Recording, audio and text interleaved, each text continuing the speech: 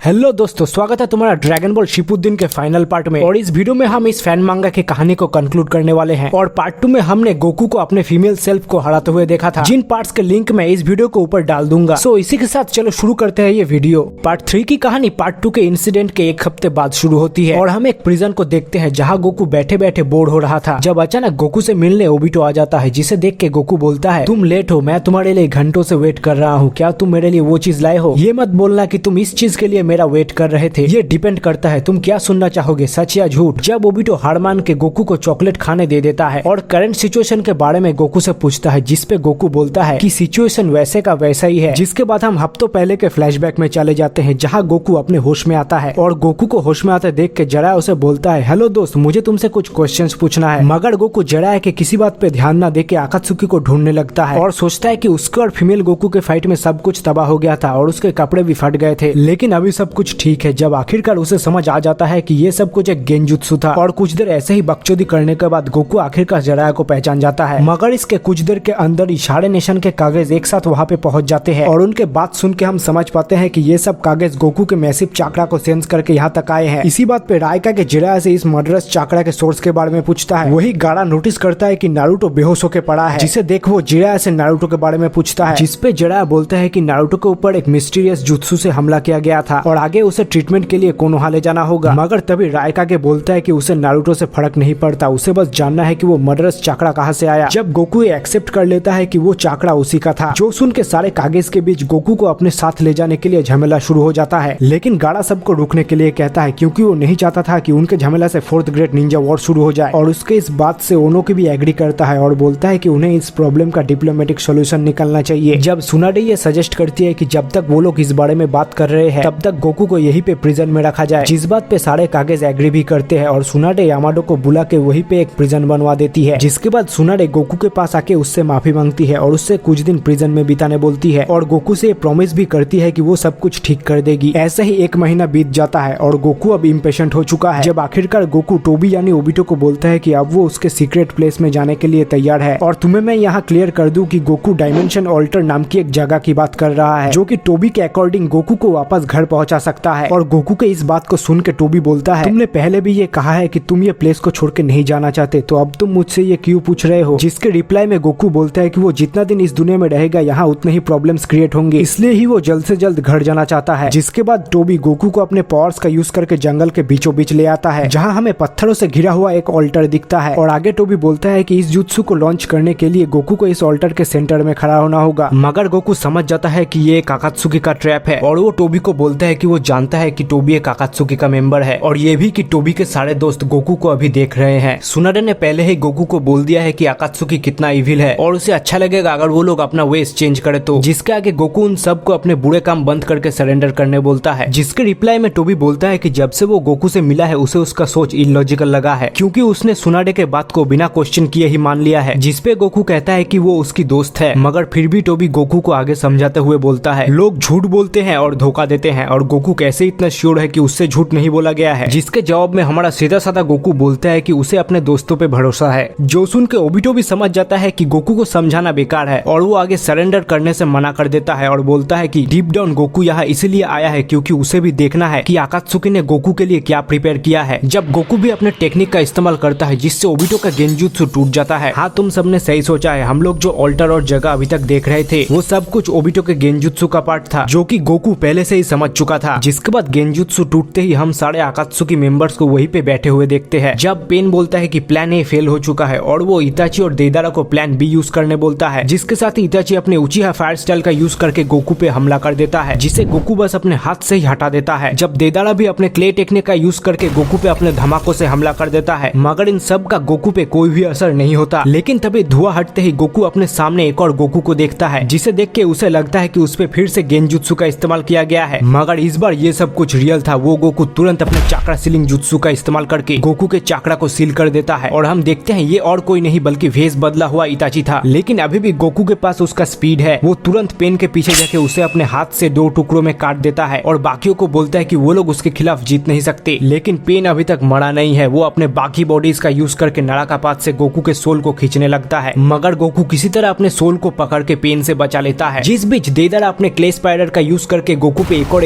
Explosion का use करके हमला कर देता है, जिससे गोकू को तो कुछ नहीं होता मगर उसके सोल का एक हाथ पेन के पास रह जाता है। जिसके बाद पेन अपने आप को रिवाइव कर लेता है और इताची पेन को बोलता है कि गोकू का एक हाथ अब सोललेस और उन सब के जैसा ही कमजोर है। जिसके बाद गोकू और आकात्सुकी का असली बैटल शुरू हो जाता है, जहाँ पेन काकुजो और हिरन को भी सासोरी के साथ बैटल ज्वाइन करने का ऑर्डर देता है और किसामे को उस एरिया में एक पानी का पतला लेयर बिछाने कहता है। उस तरफ गोकू एक हाथ से ही सासोरी के पपेट्स और काकुजो का बैंड बजा रहा था, मगर तभी देदारा फिर से अपने क्ले स्पाइडर का यूज करके गोकू पे एक्सप्लोजन से हमला कर देता है, जिससे गोकू का पहले से जख्मी हाथ कट के अलग हो जाता है। जिस हाथ को चालाकी से किसामे अपने वाटर बबल में रैप करके काकुजो और हिरन के पास पहुंचा देता है और इसी से हिरन को अपना रिचुअल परफॉर्म करने के लिए गोकू का ब्लड मिल जाता है। ये सब कुछ ही पेन के प्लान का हिस्सा था। जब हिरन बोलता है कि सबने गोकू को मारने के लिए मना किया है, लेकिन किसी ने ये नहीं कहा कि वो उसे कितना दर्द दे सकता है, जिसके साथ ही हिरन अपने आप को एक बड़े रॉड से स्टैब कर लेता है और हम उस तरफ गोकू को भी दर्द से कर्रा के नीचे गिरते देखते हैं। और अब हिरन अपने पैरों पे हमला करने जाता है ताकि गोकू इधर उधर मूव ना कर पाए, लेकिन ये करने के पहले ही गोकू हिरन को एक जोरदार पंच मारता है, जिससे हिरन पत्थर से टकरा के अनकॉन्शियस हो जाता है। मगर गोकू अभी भी अपने होश में है, जो देख के पेन अपने अगले प्लान पे मूव करता है, जिसमें इताची अपने अमातेरासु से गोकू पे हमला कर देता है, मगर गोकू अपने कपड़ों को हटा के उन ब्लैक फ्लेम से बच जाता है। मगर तभी किसामे गोकू को अपने वाटर बबल में ट्रैप कर लेता है और सासुरी का पॉइजन उसी पानी में मिक्स कर देता है, जिससे गोकू दर्द से अनकॉन्शियस होने वाला होता ही है कि तभी वो अपने चारों तरफ से एनर्जी गैदर करके इताची के चक्रा सील को तोड़ देता है और सुपर साइयन में बदल जाता है, जो देख के किसामे और पेन के साथ बाकी आकात्सुकी मेंबर भी चौंक जाते हैं। मगर गोकू ने बहुत ज्यादा डैमेज ले लिया है, इतना कि बस खड़ा रहना ही उसके लिए दर्दनाक है, जिस वजह से वो इस फाइट को जल्दी से खत्म करने के लिए पूरे जंगल को ही तबाह कर देता है, जिसे किसी तरह अपने ऑलमाइटी पुश का इस्तेमाल करके पेन सारे मेंबर्स को बचा लेता है। मगर अब गोकू अपने कामेहामेहा का इस्तेमाल करके पूरे आकात्सुकी को एक साथ खत्म करने का डिसाइड करता है, लेकिन तभी अचानक गोकू के मुंह से खून निकलने लगता है और वो सुपर साइयन से निकल के जमीन पे गिर के बेहोश हो जाता है। और हम उस तरफ देखते हैं काकुजो ने हिडन के अनकॉन्शियस बॉडी पे रिचुअल परफॉर्म करके ये सब किया है, जिसके साथ ही गोकू आकात्सुकी मेंबर्स से हार जाता है और पेन गोकू को अपने साथ बेस में ले जाने का ऑर्डर देता है। जब इताची सोचता है कि यही टाइम है उसे आकात्सुकी को बिट्रे करना होगा, लेकिन तभी पीछे से एक रोशनी आती है और सब लोग पीछे मुड़कर देखने पे वो लोग वेजिटा को अपने सामने देखते हैं, जो गोकू से उन सब को दूर रहने बोलता है। और इसी के साथ इस फैन मांगा की कहानी यहीं पे खत्म हो जाती है और इसके आगे की कहानी अभी तक इस मांगा के राइटर ने नहीं लिखा है, और अगर फ्यूचर में कभी इसके नए चैप्टर्स आते हैं तो मैं उन्हें जरूर कवर करूंगा। सो अगर तुम लोगों को ये वीडियो अच्छा लगा है तो इसे लाइक और शेयर कर देना, मगर चैनल को सब्सक्राइब करना मत भूलना।